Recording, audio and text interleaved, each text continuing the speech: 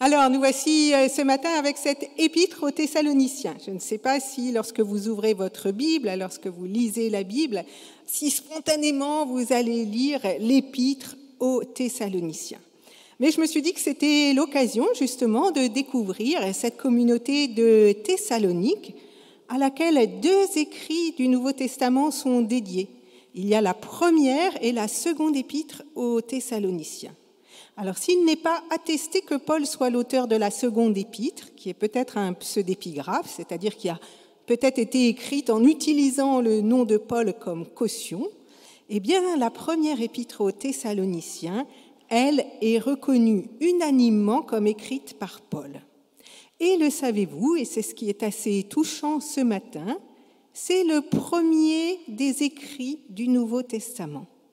Le premier des écrits du Nouveau Testament, ça veut dire que cette épître a été écrite avant les évangiles. Les évangiles, le premier évangile, c'est les années 65-70, c'est l'évangile de Marc, et cette épître a été écrite au tout début des années 50. Donc c'est la première trace dans notre Nouveau Testament d'une prédication, de l'annonce de l'évangile. C'est le premier message, quelque part, dont nous ayons la trace, qui touche une communauté. Et lorsque nous avons préparé ce petit moment en visio avec le petit groupe qui se réunit pour réfléchir sur les récits bibliques du dimanche, eh bien, certains ont dit qu'ils se sentaient presque touchés dans leur chair, dans leur corps, de recevoir pour nous, aujourd'hui, cette première trace écrite d'une prédication qui a circulé, notamment avec Paul. Alors, je vous disais que Paul est arrivé à Thessalonique au cours de son deuxième voyage. Paul a effectué un premier voyage, essentiellement en Asie mineure, puis il est revenu à Jérusalem. Il est reparti pour un deuxième voyage et il a reçu dans une vision, vous pouvez tout relire dans le livre des Actes, l'appel à traverser la mer Égée pour se rendre en Macédoine. Une fois qu'il a traversé la mer Égée, il accoste à Néapolis, il se rend à Philippe. Philippe, c'est une ville très importante du district de Macédoine. Il y avait une grosse colonie romaine. Mais l'aventure à Philippe, vous pouvez la relire dans le livre des Actes, a mal tourné et Paul et ses compagnons sont expulsés de la ville. Alors, Paul et Silas, donc, sont priés de quitter fermement la ville et c'est alors probablement qu'ils se rendent à Thessalonique. Alors à Thessalonique, lorsque Paul et ses compagnons arrivent, ils vont d'abord annoncer la bonne nouvelle à la synagogue. Paul annonce le Christ crucifié et ressuscité plusieurs sabbats de suite. Quelques membres de la communauté juive se convertissent, mais la prédication de Paul touche aussi des habitants de la cité, des Grecs qui cherchaient Dieu dans leur existence, et nous dit aussi le livre des Actes, des femmes de familles très aisées. Mais l'aventure, malheureusement, à nouveau va mal tourner, car à nouveau, Paul et Silas vont être accusés de troubles à l'ordre public. Or, dans l'Empire romain, à l'époque, rien n'était plus important, vous le savez, que la paix romaine. Paul et Silas sont accusés d'agir à l'encontre de César, forcément puisqu'ils prêchent qu'il y a un autre roi, Jésus. Évidemment, Paul est vite désigné comme agitateur politique. Il faut donc les exfiltrer, si l'on peut dire ainsi, de Thessalonique. Et Paul et Silas partent par Bérée. Là aussi, la même agitation se produira et Paul sera alors accompagné dans la grande ville d'Athènes, d'où ensuite il gagnera Corinthe. Donc voilà le chemin de Paul, un peu de mésaventure en mésaventure. Philippe d'abord, Thessalonique, puis Bérée, puis Athènes, puis Corinthe. Mais malgré toutes ces mésaventures, à chaque fois, il fonde une toute petite communauté.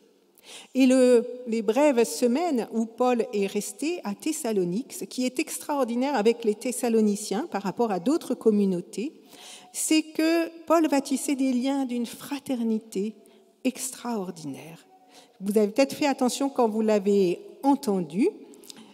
Et Paul va chercher à revoir à tout prix les Thessaloniciens. Malheureusement, son projet de revoir les Thessaloniciens va être contrecarré par de nombreuses mésaventures et c'est pourquoi il va envoyer Timothée pour prendre des nouvelles. Timothée, on n'avait pas les téléphones portables à l'époque, on ne pouvait pas s'envoyer un SMS à l'autre bout du monde pour savoir si tout allait bien ou se dire on va se faire un WhatsApp. Non, ça ne marchait pas comme ça. Il fallait prendre ses pieds, son bateau, voilà, selon le chemin qu'on choisissait, la voie maritime ou la voie terrestre. Il fallait plusieurs semaines de voyage aller, plusieurs semaines de voyage retour. Donc c'est quelques mois après qu'on recevait des nouvelles. Peu importe, Paul se réjouit des bonnes nouvelles qu'il reçoit grâce à Timothée. Et c'est à ce moment-là que Paul va écrire aux Thessaloniciens. Alors dans cette lettre, puisque c'est la première trace écrite à une communauté, voilà, la première trace d'une prédication, il n'y a pas de grande théologie. Si vous lisez l'Épître aux Romains, vous avez tout un chapitre sur le péché des hommes, ensuite sur la grâce de Dieu, sur l'œuvre rédemptrice, tout est bien construit. C'est vraiment, on peut dire, un livre de théologie, l'Épître aux Romains. Non, là, on n'est pas du tout encore dans cette dimension-là. C'est plutôt, voilà, juste une lettre pour donner des nouvelles et en prendre, et pour dire les liens précieux que Paul a tissés avec cette communauté. Alors, ces liens précieux, on les comprend au travers de l'Épître, notamment au travers un verset. Si peut-être vous avez fait attention, Paul écrit « Quant à nous, frères, nous avons été séparés de vous pour un temps, loin des yeux, mais non loin du cœur. » C'est joli cette expression, nous la reprenons souvent, loin des yeux, mais non loin du cœur. Et nous avons cherché avec empressement à vous revoir, car nous en avions un vif désir. Et Paul dit encore aux Thessaloniciens, c'est vous notre gloire et notre joie. Alors je ne sais pas si vous dites souvent à quelqu'un que vous aimez qu'il est votre gloire, mais c'est pour vous faire toucher du doigt à quel point Paul a noué des liens fraternels très précieux. Je crois que Paul aussi était assez fier de la communauté qu'il avait réussi à fonder à Thessalonique en quelques semaines. Donc, voilà, Paul n'était pas toujours très humble, il s'en glorifie aussi, il se réjouit. Après cet échange de bonnes nouvelles qui nous dit la force des liens qui les portent, cet épître a aussi pour but d'encourager les Thessaloniciens à garder vivante la flamme de leur foi et à leur dire à quel point leur propre foi soutient la foi de Paul à distance. Alors c'est un peu bizarre, mais Paul écrit « Au milieu de tout notre désarroi et de notre détresse, nous avons puisé de l'encouragement en vous grâce à votre foi. » Nous avons puisé de l'encouragement en vous grâce à votre foi. Alors on va garder ce petit verset en mémoire, on y reviendra tout à l'heure. Pour l'heure, dans toute cette épître, il y a un petit point qui ressort, que peut-être vous avez fait attention.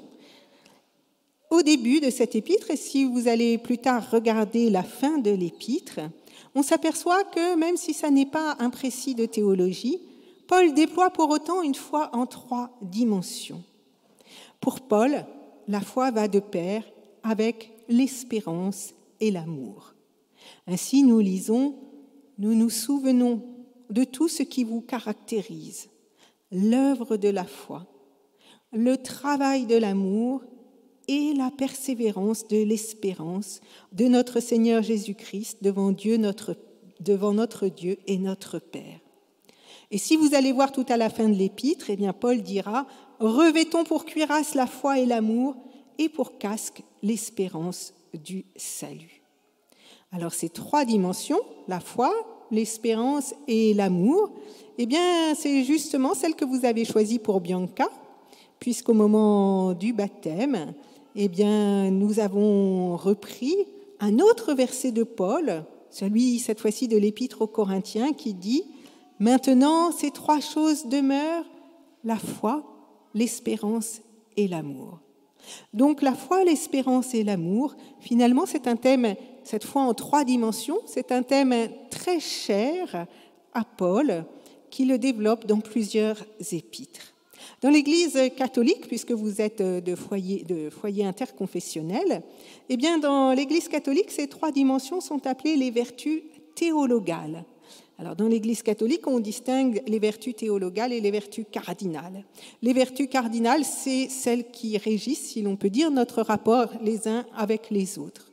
Les vertus théologales, c'est celles qui nous renvoient à Dieu, qui portent notre foi, qui sont la manière d'entrer en communion spirituelle avec Dieu. Dans la théologie catholique, ce sont les vertus théologales qui irriguent les vertus cardinales, c'est-à-dire qu'elles nous donnent de mettre en œuvre une certaine éthique de vie, une forme de vie, voilà, de bien vivre les uns avec les autres. Donc ces vertus théologales, les voilà, la foi, l'espérance et l'amour. Alors ce matin, en ce temps de baptême, je voudrais développer un tout petit peu ces trois dimensions, la foi, l'espérance et l'amour. La foi, vous le savez, ça n'est pas juste dire « je crois que ». La foi, c'est avant tout dire « je crois en ». Je crois, c'est placer sa confiance en Dieu. C'est cela la foi, faire confiance. L'amour, nous savons tous ce qu'est l'amour, mais nous sommes invités à le recevoir de Dieu pour le mettre en œuvre les uns avec les autres. Et l'espérance qui est une vertu si précieuse, parce que c'est l'espérance qui ouvre l'avenir. C'est l'espérance qui est un moteur d'action.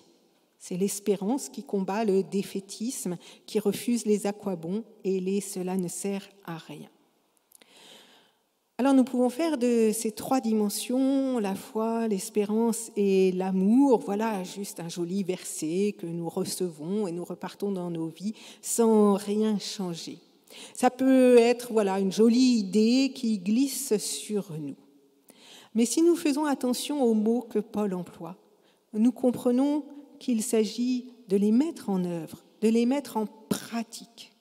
Lorsque Paul écrit aux Thessaloniciens, il leur parle de l'œuvre de la foi, c'est-à-dire comment je traduis la foi dans ma vie quotidienne, comment le fait de placer ma confiance en Dieu, d'être dans une confiance spirituelle, me donne de vivre des relations de confiance les uns avec les autres, ou en tout cas de chercher à travailler, à les établir. Et puis, ensuite, Paul parle du travail de l'amour. Et alors, j'aime personnellement beaucoup cette expression, le travail de l'amour. Parce que l'amour, c'est pas, je t'aime, tu m'aimes, etc. Ah là là, quel joli monde, quelle jolie famille, quel beau couple, etc. Oui, nous vivons tous des moments très heureux, mais quand même, à l'épreuve de la réalité, l'amour, c'est un engagement de soi. L'amour, c'est un travail pour garder ce qui est bon, et puis pour laisser derrière soi ce qui est plus difficile, pour le rejeter en arrière dans l'obscurité de la nuit. Le mot de travail, on pourrait peut-être comparer ce mot ou prendre aussi le mot d'artisanat, c'est-à-dire que l'amour, au jour le jour, il faut le travailler, il n'est pas donné. C'est pas parce qu'on s'est marié qu'on va s'aimer toute sa vie, c'est au jour le jour qu'il faut s'aimer, le mettre en œuvre. Quelque part, l'amour, c'est une œuvre nouvelle sans cesse remise sur le tapis. Donc c'est un engagement, c'est une volonté de soi-même. Et aimer, je dirais, c'est peut-être comme un orchestre, comme des instruments qui doivent en permanence s'accorder pour pouvoir jouer ensemble. Et je trouve que dans la situation internationale dramatique que nous vivons, nous voyons à quel point c'est si difficile finalement, même pas de s'aimer, sans aller jusqu'à s'aimer, mais de se reconnaître même simplement pour essayer de vivre ensemble dans une paix à moindre coût, simplement sans se détruire mutuellement. L'amour, lui, va encore plus loin, juste que cette forme de respect ou de reconnaissance d'autrui. L'amour nous engage dans un processus pour essayer de nous mettre en accordance les uns avec les autres. Et ça veut dire essayer de comprendre l'autre, d'où il parle, etc., etc. C'est véritablement un engagement de soi. Et puis l'Épître nous parle aussi de la persévérance de l'espérance. Parce que espérer comme ça, j'espère, un monde meilleur. Bon, Voilà, c'est vite dit, là encore. Mais Paul nous dit qu'il faut persévérer dans l'espérance. Et cette persévérance, eh bien, nous l'éprouvons justement dans les temps de détresse. Aujourd'hui, la violence est si paroxystique. Moi, j'arrive plus à trouver le mot. Bon, je vous laisse dire. Voilà, vous avez compris. Qu'il y a de quoi désespérer, justement, complètement. Et c'est justement dans ces moments-là, c'est justement dans les temps d'inquiétude, c'est dans les temps de détresse que peut-être, par notre foi chrétienne, nous avons aussi un rôle à jouer à tenir bon l'espérance, à persévérer dans l'espérance. Car là où il n'y a plus d'espérance, alors il n'y a plus de force qui se lève pour faire advenir une autre réalité. Et alors, c'est la haine qui a le dernier mot. Donc, il faut des êtres, des hommes et des femmes, qui persévèrent dans l'espérance, qui travaillent à une autre réalité, à faire advenir autre chose, une autre vie, un autre monde, au moins dans la reconnaissance mutuelle de notre fraternité en humanité. La foi comme confiance inébranlable de l'amour de Dieu, l'amour dans cette dimension, je dirais, horizontale de notre vie, et peut-être l'espérance dans la profondeur de notre existence, cette espérance qui donne de ne pas baisser les bras. Donc on dira la foi, voilà, comme dimension verticale, l'amour comme dimension horizontale et l'espérance comme profondeur. Voilà les trois dimensions auxquelles Paul nous invite ce matin.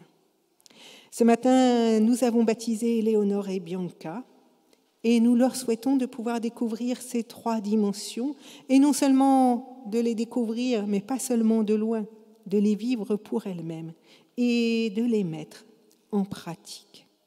Et puis, je voudrais, pour terminer, revenir juste un tout petit peu sur cette solidarité, cet encouragement que Paul trouve grâce à la foi des Thessaloniciens. On pourrait penser, on a parlé de ça tout à l'heure, on aurait pu penser que c'est Paul qui encourageait les Thessaloniciens, c'est le cas, mais Paul se dit lui aussi encouragé par les Thessaloniciens. Ce dernier verset nous parle du soutien mutuel dans la foi. Nous avons besoin de ce soutien mutuel. Bien sûr, Éléonore et Bianca vont vivre la dimension personnelle de leur foi. Lorsque vous avez pris les engagements parrain et marraine, vous vous êtes engagés à essayer de leur faire découvrir ce Dieu vivant manifesté en Jésus-Christ, pour qu'elles puissent en vivre elles-mêmes dans la foi, dans l'espérance, dans l'amour. Mais ce n'est pas seulement une dimension personnelle, c'est aussi une dimension communautaire pour que nous puissions être soutien mutuel les uns pour les autres. Et c'est pourquoi ces temps de culte le dimanche sont tellement importants. Parce que oui, nous avons besoin de faire communauté, d'être là les uns pour les autres et de chercher ensemble les chemins de la foi, de l'espérance et de l'amour. Et c'est pour cela que nous tenons à célébrer les baptêmes au cours du culte pour dire ce lien si précieux les uns avec les autres. Alors voilà, nous allons vous envoyer, vous, toutes les familles, portées peut-être par cette petite épître aux Thessaloniciens, qui n'a l'air de rien, comme ça, qui a l'air juste d'une petite épître pour donner des nouvelles, mais qui est la première trace de l'œuvre de Paul, de sa prédication dans nos récits bibliques, qui nous invite à entrer dans cette foi en trois dimensions de la foi, de l'amour et de l'espérance et à faire les uns avec les autres communauté pour nous soutenir mutuellement et nous encourager à être source d'encouragement les uns pour les autres. Amen.